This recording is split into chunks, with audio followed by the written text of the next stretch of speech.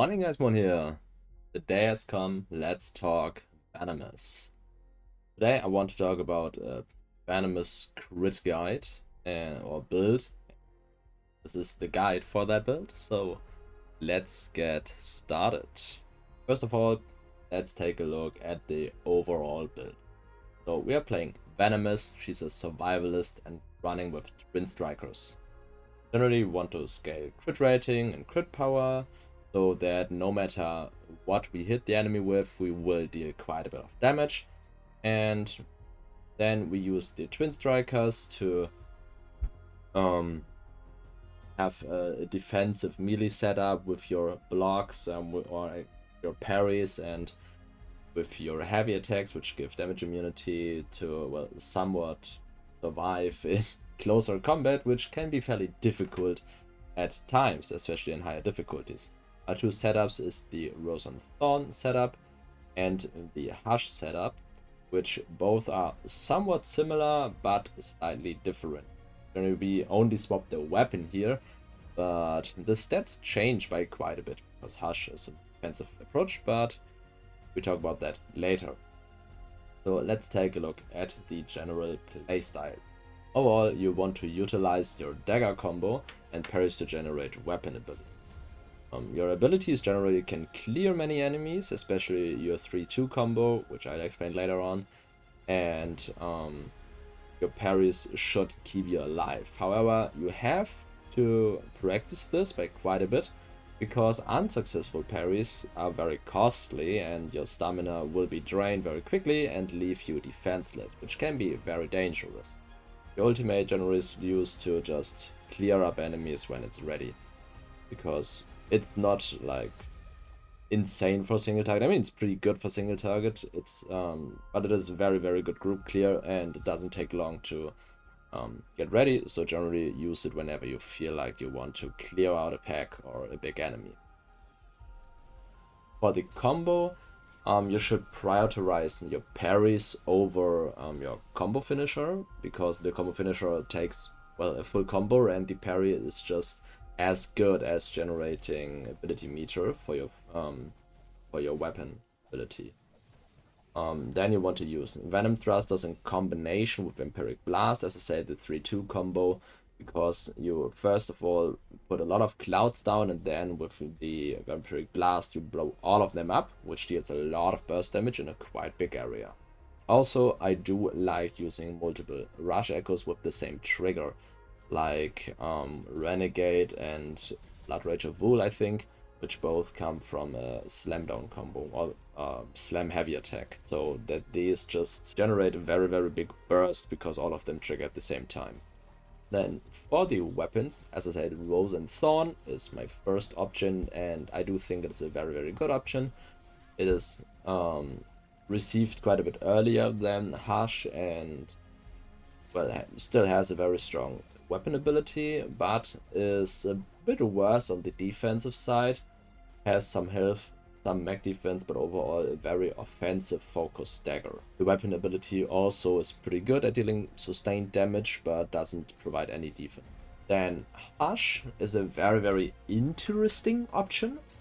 I just love the ability because it's just extremely strong in generating your heavy attack, because you usually can do a heavy attack, 1-2 hit heavy attack, while your weapon ability is up, which gives you long windows of invulnerability and just deals a lot of damage. So I think Hush is a very cool option, even though it does not provide either weapon, either ability power or critical power, which is kinda strange in an ability and crit focused build.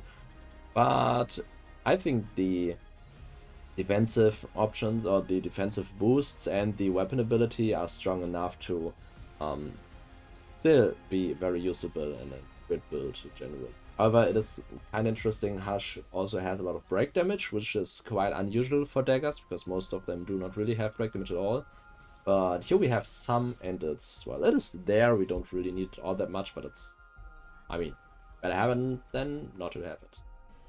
Then let's talk about abilities. First of all, you have the passive Master of Venoms. Master of Venoms applies a poison stack whenever you hit an enemy with your weapon, which for daggers is quite frequently. And when you hit an enemy that already does have 5 stacks, you generate a poison cloud that, well, puts more poison stacks on the enemies, also in an AoE, and synergizes with your other abilities. Then we have Transfusion, which we put 3 points in. You shoot out spikes that hit enemies and give back healing. How it's called? Healing. No. It gives healing. It heals you. Whatever. It does also heal allies, I do believe. So, yeah, I do think it heal allies also, if they are close. Then with Vampiric Blast, you throw out a small bomb that explodes and, well, damages enemies. It does also explode all of your poison clouds, which is the more important part of it, because especially with Venom Thrusters, your third ability, it generates a lot of poison clouds. So you, Venom Thruster, you use that ability to dash through the enemy, and then use Vampiric Blast to blow up all the clouds. Venom Thrusters itself is kind of a weird ability, because it's like, it reads like a dash, but it is so slow that it doesn't really feel like a dash, and oftentimes you just you push yourself through enemies and think like, I'm dashing through you, and then you're getting hit and taking damage, and it's annoying. But Venom Thrusters is very good at generating poison clouds and deleting enemies.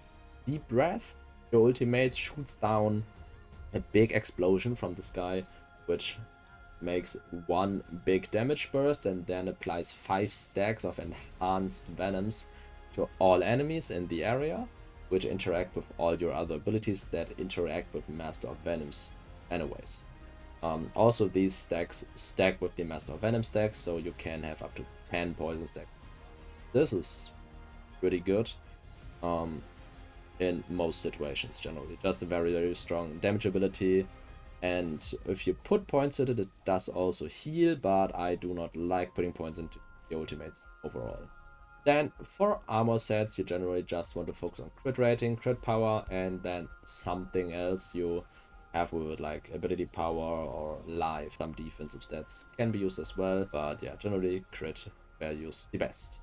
For accessories, I use the Myth of Creation. I like it very much, and it is a cool set that can be farmed at level 35 and 38.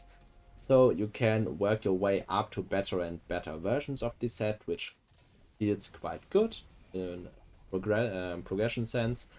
I do have 38, 35, 38 here, because I did drop 2 Ring of Infinites at 38, but with not the pockets or not with the echo slots I did want.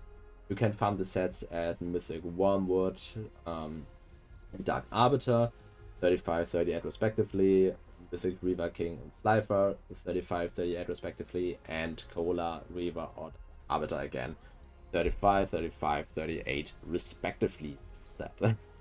And yeah, very cool set. Crit multi, crit rate, crit power, crit rating, and maximum health. I think those are the pretty much most important stats for your character, because especially on higher difficulties, you need some form of defense to survive enemies, as you will see in the footage above soonish. Then we have the echoes. For the attack slot, we focus on ability, weapon power, crit rating, crit power, not in that order. I would prioritize crit power the highest, then crit rating, then ability power, then weapon power, because that's how I think it felt the best to me at least. For the balance echoes, I do think crit rating, crit power again pretty good, and then we just want max life, max defense, physical defense. Though there is very few physical defense echoes combined with crit power or crit ratings, so not too much to get there, sadly. For the defense and cross echoes, you just want max life. Again, for the defense echo, you can also use a hybrid like max health fist defense as the one I am using, and then for the cross ones, same as for attack, crit power, crit rating, ability power, weapon power. The rush echoes, as usual, Equilibrium is a pretty good pick generally, especially with your parrying. You do need quite a bit of stamina, so yeah, Equilibrium always good to have. Then if you want to have like big damage combos for boss farming, Blood Rage of Wool, Mythic Renegade, Mythic Cola the Beastmaster, very cool combo because you can trigger all of them with a single critical heavy attack, or you trigger the Blood Rage of Wool and Renegade with a heavy attack, and then one of those crits and triggers Cola the Beastmaster, so generally very easy to trigger. Then you have Astral Sapphire, which can be put into the combo by heavy attacking and then dashing backwards, works pretty well as well there. And if you like buffing stuff more, you can use either Dread Legion or Marrow. Both of these are decent, though Dread Legion does have lower value than other builds due to not as much ability power scaling present. Mythic Marrow is decent as well, but breaking enemies on this build is not as easy. A bit better with Hush, but generally, especially on higher difficulties, it's very unlikely that you're going to break enemies at all, so there Marrow might just not be great.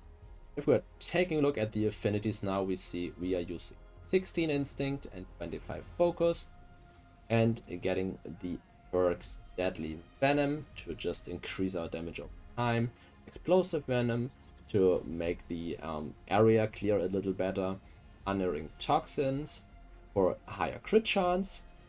Here it is very important that this crit chance is not an increase in your crit chance, so if you have 25%, you're not going to 27.5%, but you're going to 35%. All of these are like flat additions to your crit chance. Then we get critical toxins. Critical hits against poison enemies will leave a poison cloud. Again, more clouds, more better. And then we have lethal toxins for more crit damage. Last but not least, talents. And the talents we focus again, crit rating, crit power, and some ability power here. We use Deadly Insights for stronger exposed weakness, force feedback to get our ultimates back a bit quicker, opportunism because critical power is pretty good and it stacks from all sources. So for example, if the Renegade Echo triggers a crit and has one like this big multi-hitting AoE, you pretty much get to 10 opportunism stacks pretty much instantly, which is very good. And then we just add tactics and prowess because I do not like the big perks here very much. I think just adding more echoes is a pretty solid option for Venomess. That is pretty much everything I wanted to talk about.